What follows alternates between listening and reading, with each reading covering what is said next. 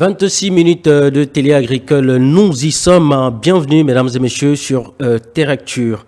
Allez, au cours de la dernière décennie et notamment à partir de 2016, le Bénin s'est lancé dans une transformation numérique qui a entraîné des progrès remarquables dans l'écosystème de l'agriculture numérique. Ainsi, le Bénin s'est doté d'une stratégie de l'agriculture numérique en 2019, un cadre qui fixe les ambitions et les actions requises pour réaliser l'ambition du pays de faire du numérique un catalyseur du développement du secteur agricole. Par ailleurs, il est observé l'émergence de nombreuses solutions numériques conçues par des jeunes avec des applications dans le secteur agricole. Ces solutions sont de plus en plus présente. Teractu s'y penche dans ce numéro. Mesdames et messieurs, bonsoir et à nouveau, bienvenue.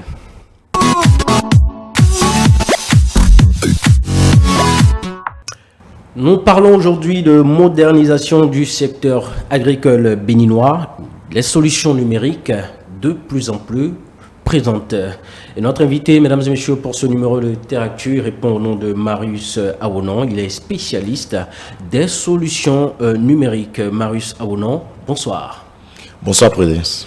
Alors, tout de suite, permettez qu'on aille tout droit dans le sujet.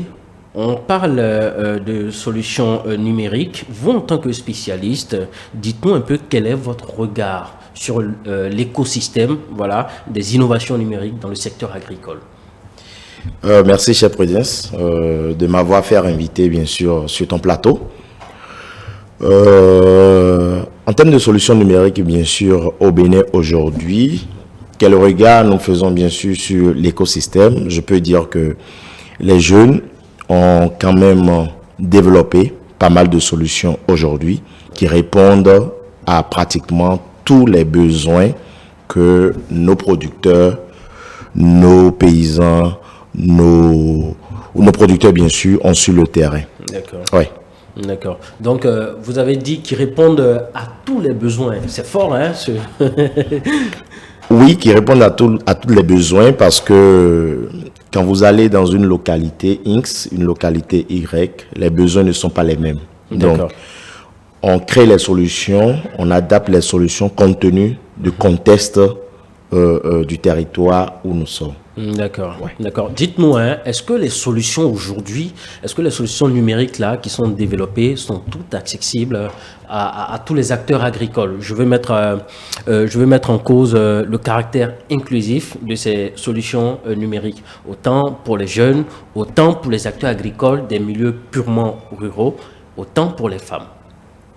Oui, je peux répondre que nous avons aujourd'hui des solutions inclusives qui, à la fois les personnes lettrées, tout comme illettrées, ont accès.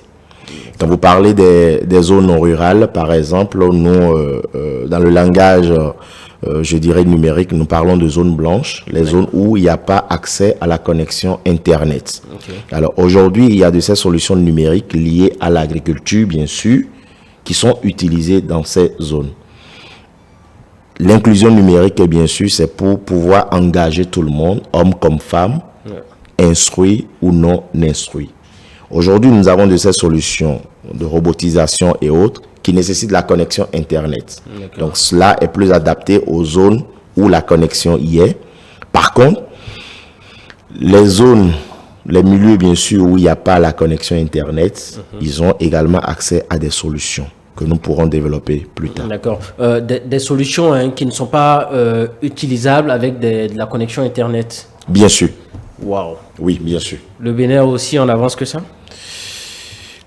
Nous copions la sous-région. La sous-région également nous copie. Et il y a de ces initiatives qui sont également faites déjà dans les pays occidentaux. Ouais. Et quand même avec des immersions qui se font dans ces différents pays. Je pense que nous avions pu copier ces choses pour pouvoir mettre en place ici. D'accord. Ce n'est pas des modèles voyageurs, mais c'est plutôt des modèles adaptés aux besoins spécifiques de nos producteurs. D'accord.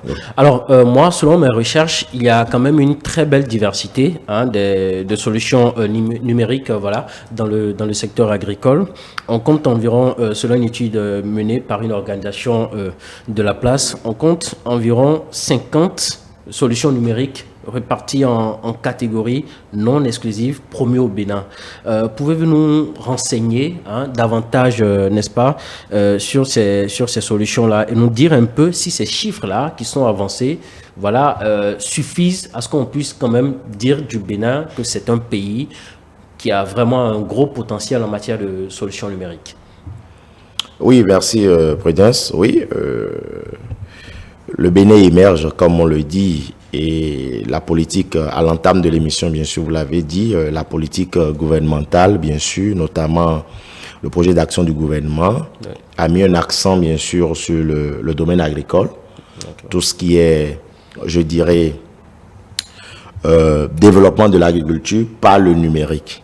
Quand vous avancez le chiffre 50, bon, je ne sais pas dans quel rapport certainement vous avez lu cela, mais moi je peux dire que nous sommes même au-delà des 50. Au-delà des 50. Oui, je peux dire que nous sommes au-delà des 50 parce que nous avons beaucoup de startups aujourd'hui qui développent pas mal de solutions. Des solutions d'irrigation automatique, des solutions de suivi de contenu, des solutions,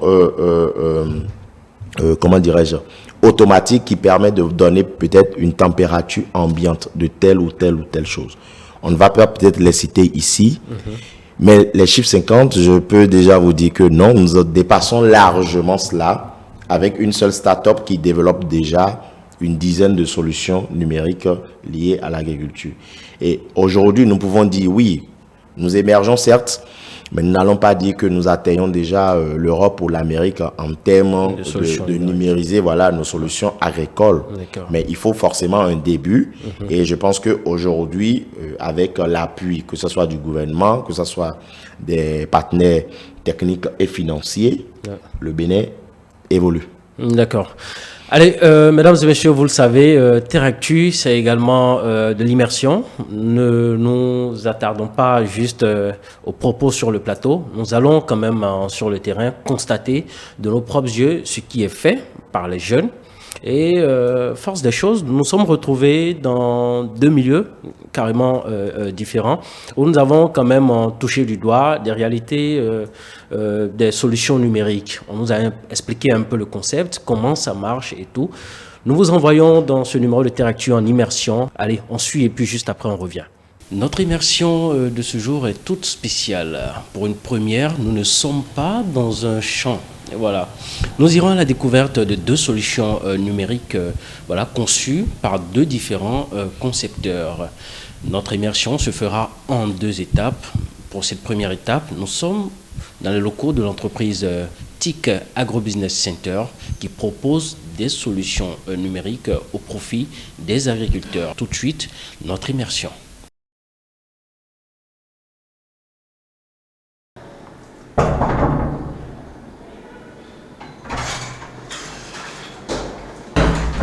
Allez, bonjour madame. Oui, bonjour, est-ce que vous allez bien? Oui, ça va bien vous? Merci de nous accueillir dans vos locaux. Merci d'être venu. Ouais. Alors, aujourd'hui, nous sommes venus découvrir un peu ce que vous proposez en termes de solutions numériques au profit des producteurs, de nos paysans dans les milieux, surtout dans les milieux ruraux. Voilà.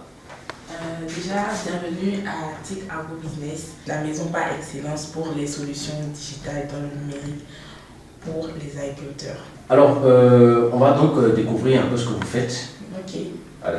Alors, ce qu'il faut comprendre au niveau de AgriSafe, c'est que AgriSafe, nous l'avons rendu très inclusif. Alors, nous avons la partie qui concerne les agriculteurs avec un smartphone, la partie qui concerne les agriculteurs avec un téléphone simple, c'est-à-dire les téléphones à touche, et la partie qui concerne les agriculteurs qui n'ont aucun téléphone. Alors, pour les agriculteurs qui ont un téléphone simple, nous avons mis en place un système que nous appelons Our Voice. Our Voice, c'est une plateforme qui permet l'envoi des messages vocaux par appel. Alors, je prends le cas d'une campagne où on a envie de sensibiliser les agriculteurs sur les bonnes pratiques dans la culture de la tomate, par exemple.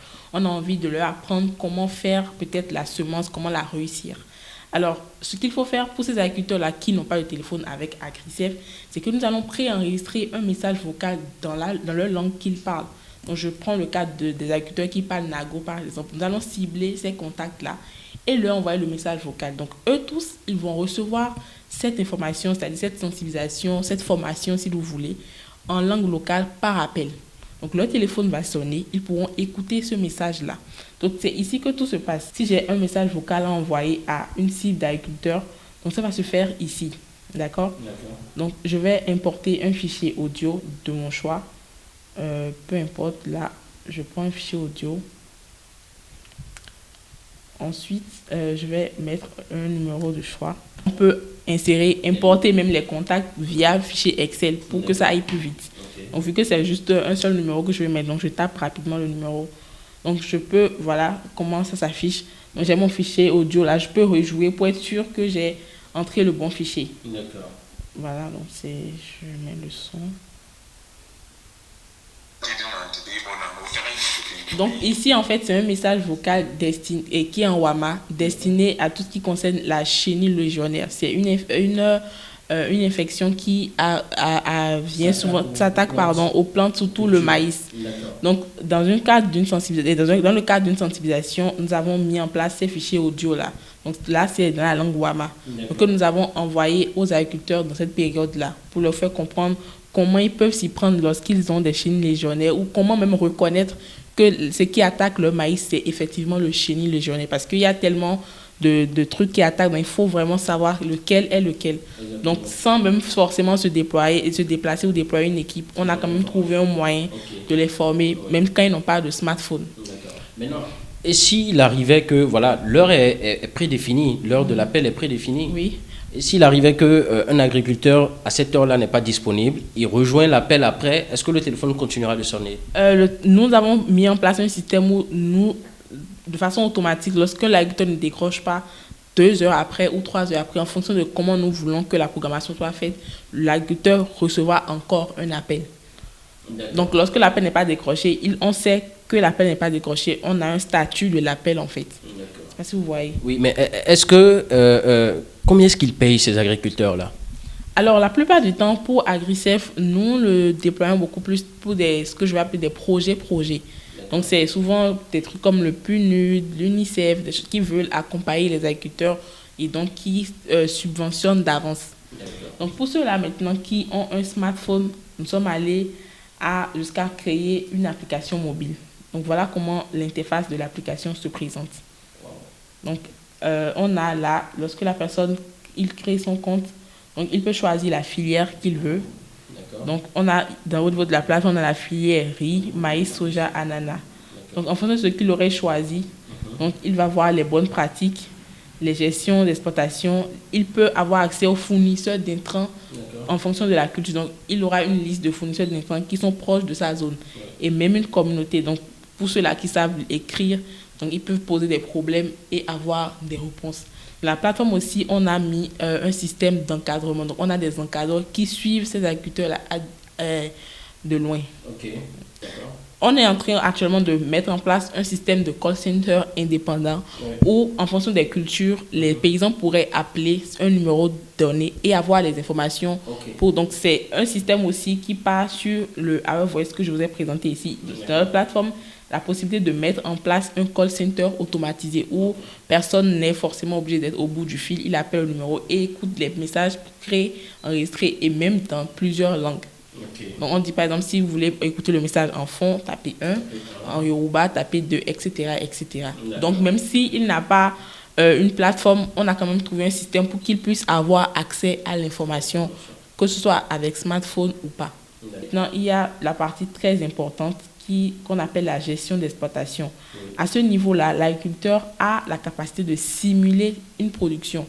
Donc, il peut décider aujourd'hui de dire « Ah, j'ai envie de faire ma culture de maïs et j'ai 1 million. Je veux savoir avec 1 million comment est-ce que je peux procéder pour ne pas me retrouver en perte. Qu'est-ce que je peux faire, les dépenses. » Donc, la plateforme va lui générer tout un procédé de dépenses qu'il aura à faire, des activités, des tâches et même d'un calendrier d'agriculture. Donc, il sait en telle période ce qu'il doit faire, quand est-ce qu'il doit faire la semence, quand est-ce qu'il doit faire telle chose. Donc, il a un peu une idée de ce qu'il pourrait faire avec les 1 million et même de ce que ça pourrait lui générer en revenus. N'est-ce pas magique, mesdames et messieurs, ce que nous sommes en train d'écouter là, et ça prouve à quel point le Bénin est en train de moderniser son agriculture. Alors, qu'est-ce qu'on doit découvrir d'autre? Alors, s'il y a quelque chose que vous devez découvrir en supplément, c'est notre dernier système parce que AgriServe, comme je l'ai dit, c'est un cercle. D'accord, c'est un cercle de beaucoup de choses. Donc, on a aussi le DigiKiosque. Le DigiKiosque, c'est, comme j'aime bien l'appeler, c'est le point d'accès de tout ce qui est numérique dans les zones reculées, dans les villages. C'est vraiment le point où tout se passe.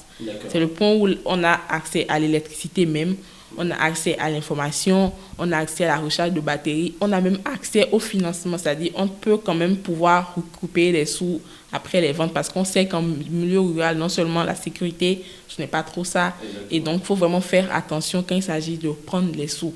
Donc le DigiKiosque, c'est vraiment un tout en un qui permet aux agriculteurs, qui permet vraiment aux agriculteurs d'avoir la vie facile, même en étant en zone très reculée.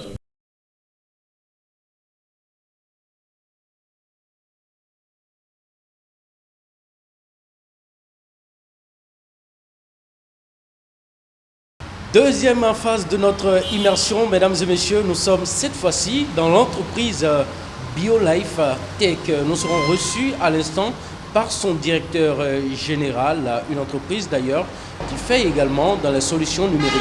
On y va tout de suite à sa découverte.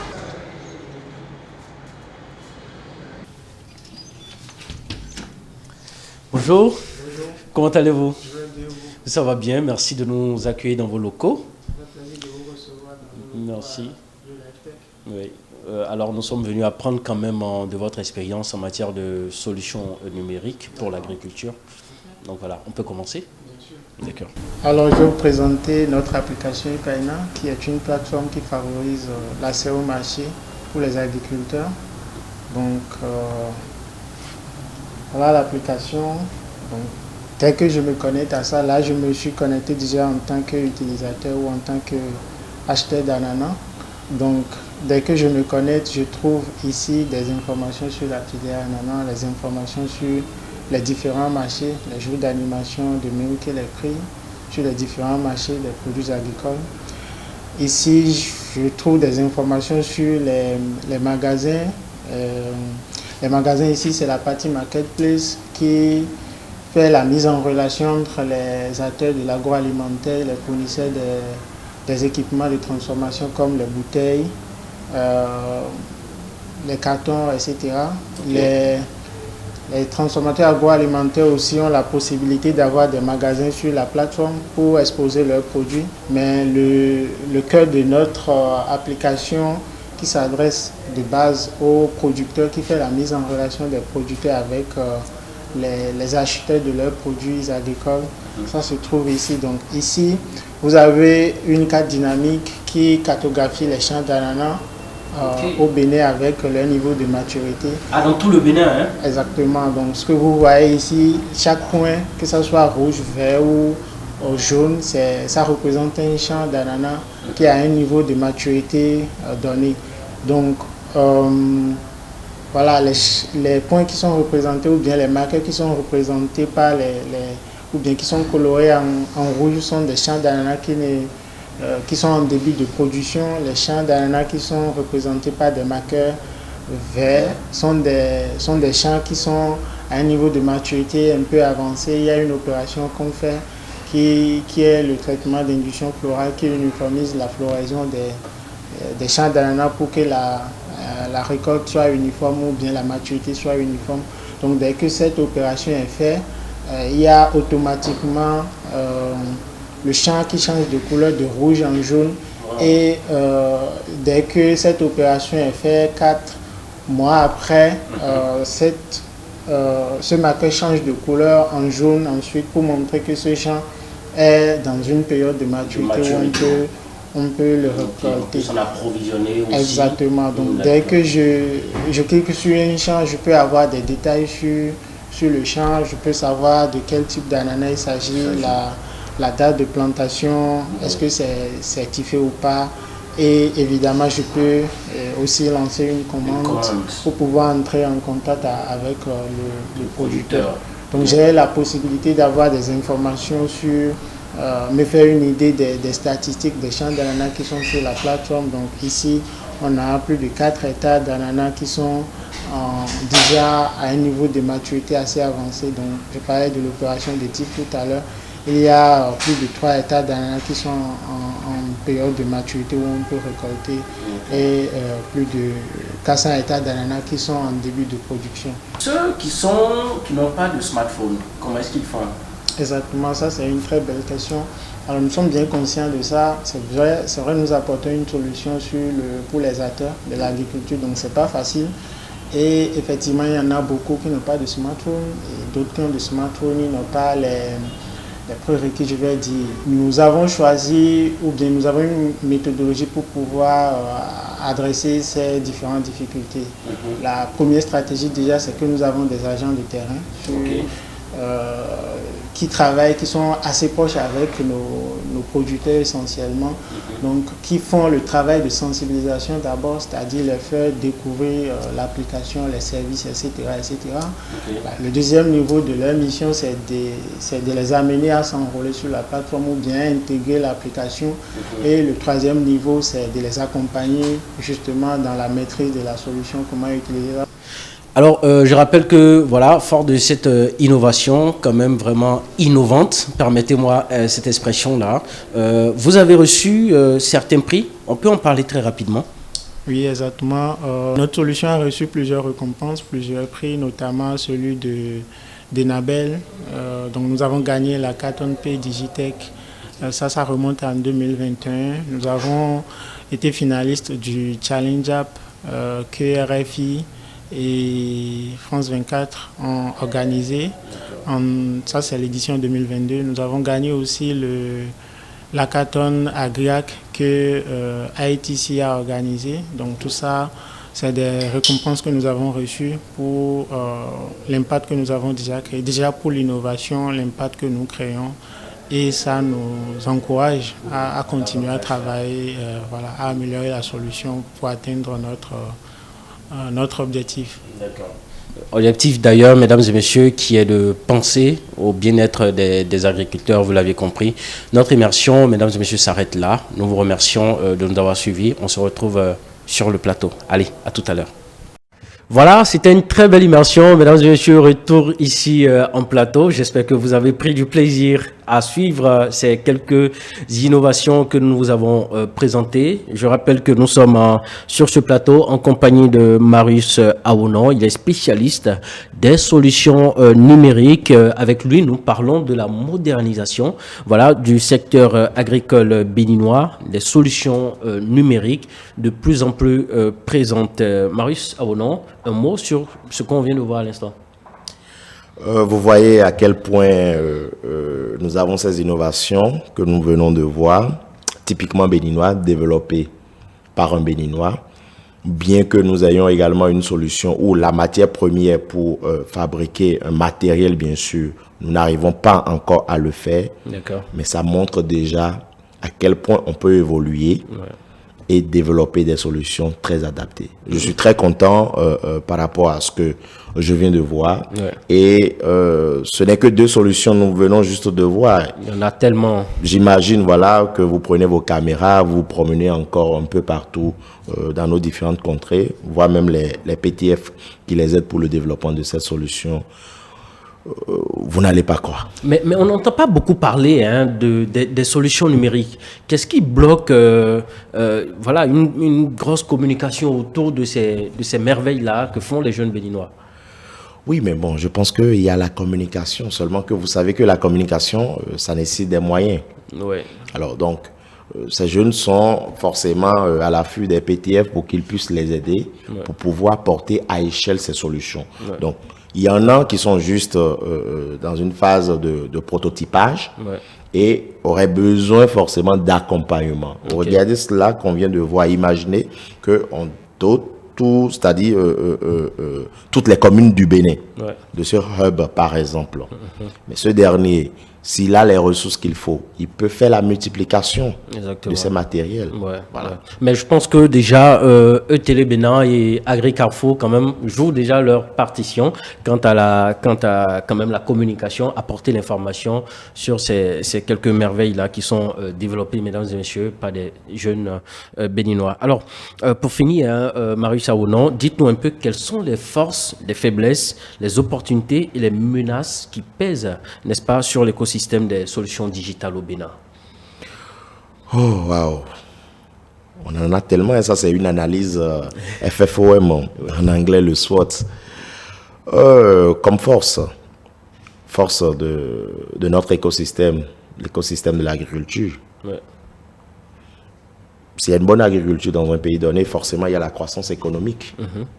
Donc, si nous améliorons cela, que ce soit par les nouvelles technologies de l'information et de la communication, il y aura la croissance économique dans le pays. Tout à fait. Faiblesse, ça, c'est quelque chose que vais-je dire, il y a les conditions météorologiques Ouais. qui empêchent, par exemple, de faire certaines cultures.